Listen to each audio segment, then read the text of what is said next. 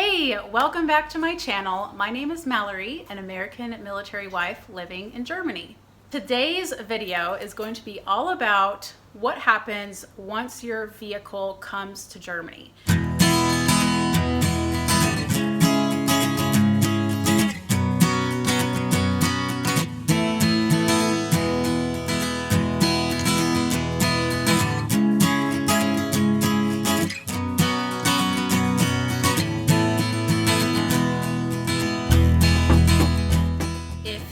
Have been around and seen some of my previous videos, you'll know that I did a video on how to bring your POV to Germany. And if you want to watch that, I'll have it pop up here in the cards so you can go watch that. But if you're already in Germany and you're waiting for your car to come here, then this is the video for you. And as always, don't forget to subscribe and hit the like button if you like these types of videos. And also, let me know in the comments what other military spouse related videos you want to see, especially when it comes to living in Germany. I'm always open to ideas and I want to make videos that you guys want to see. Okay, so like I said, go watch the other video if you want to know how to get your vehicle here. But once your vehicle comes to Germany, you will be notified that the vehicle is here and you can go pick it up. And then there is the process that you have to go through. You will get temporary plates for the vehicle. They're these smaller plates. They're not the long, typical European plates. So those will be your temp plates. And in order to get your permanent plates, you have to get an inspection and pass the inspection. So at least here at Wiesbaden, you don't need an appointment to get an inspection done. So you just get in line, it's first come, first serve, and they inspect your car, and if it doesn't pass, then you need to go get stuff fixed right away. And you will continue having the temp plates on until you get it fixed. So go get your car fixed, bring it back for another inspection. There's also a form that you must have filled out in order to get an inspection. If your car passes, which is really great, you don't have to go get anything fixed, then you can have an appointment, you can make an appointment to get your permanent plates. And that you do need an appointment for, you can't just walk in. So make your appointment to get your permanent plates. You'll get the long, typically the long license plates, the rectangular shape that you see on cars mostly in Europe. And it is $35 per year. So you have to pay for registration. You get your little registration paper. You will have to get the plate holders. So they're black plastic plate holders that fit the European size license plate. You can pay for 2 years of registration if your car is not too old. So for example, we have one car that is a 2007 and that has to be inspected every single year. We have another car that's a 2013 and that only has to be inspected every 2 years. So if we wanted, we could pay for 2 years of registration up front. So in order to even drive your car in Germany, before you even pick it up, you will need your driver's license here in Germany. So it's a joint thing between the German government and USER, which is US Army Europe. And it's not that big of a deal. It does feel a little daunting at first, but it's really not that huge. You just have to study and take the test. So you can study online, and that will be through JKO, which is Joint Knowledge Online. Your service member will have to authorize you as the spouse to get an account with JKO, but it's pretty easy, and you just go on there, you study. You can take the test either online or you can do it in person. And you can even, before you even get to Germany, you can study and take the test and pass before you even get here. And that way, the moment you land on German soil, you can go on post to the proper office and get your German driver's license. So just take all the paperwork that they tell you to bring and you can get your temporary license. It's just a paper, and then you will get your permanent license in the mail.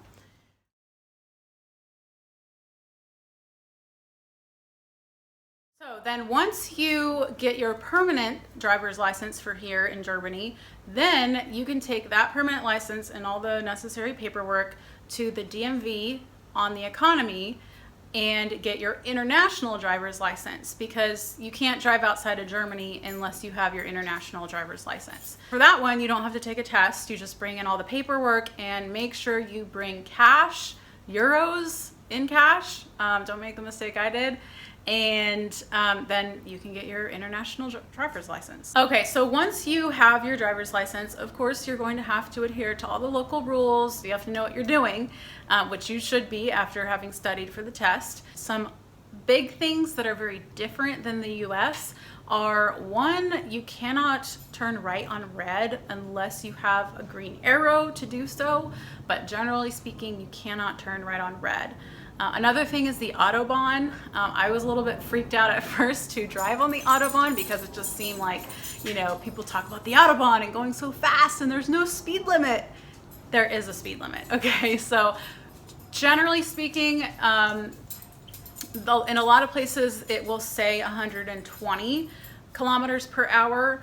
Some places, yeah, you can go like crazy speeds. There will be people zipping by you in the left lane, and it's just a little bit terrifying because they're going so fast, but you can drive in the right lane and go 120, which I think is a little over 70 miles per hour. I think 130 is like 85 miles per hour.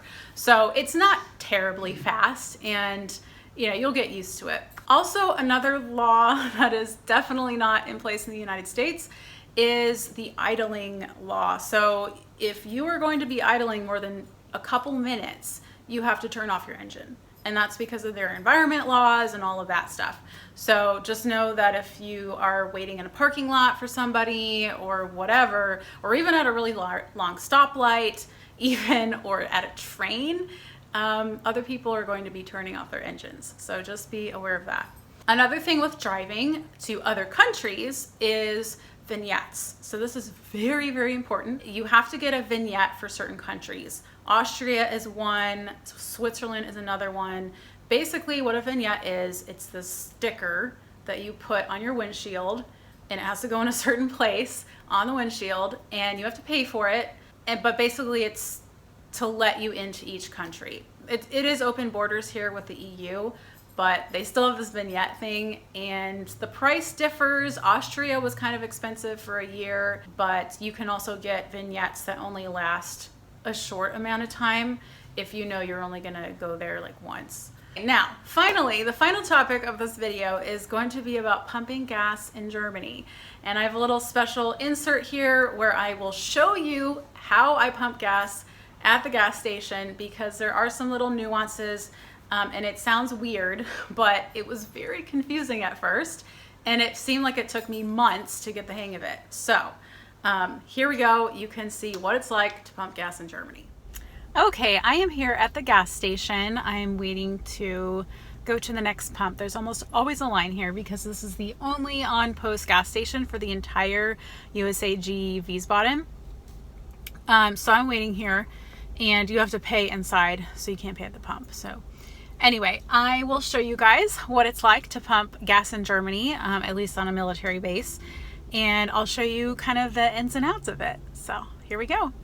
Have your registration when you go inside to pay. I'm not going to show it to you because it has personal information on it, but we keep it in this little envelope at all times. Okay, so here's what it looks like, and you want to grab a ticket.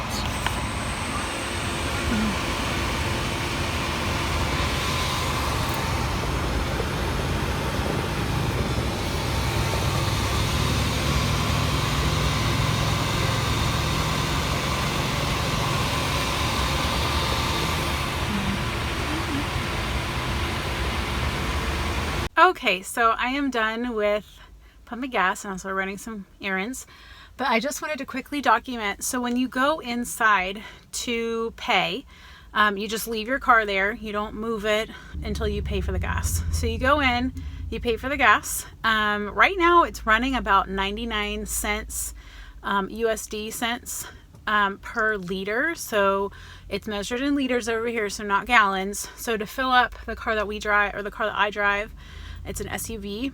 To fill it up completely, it's about $48. It was about $48. You know, being about $1 $1 a liter. So I guess I have like a 48-liter tank. So that's really great. It will be more expensive if you go buy gas on the economy because you'll be paying for tax. And we get gas tax-free on base. So you go in and you take your registration, your military ID card or dependent card, your SO card, and the ticket, like the number of the pump.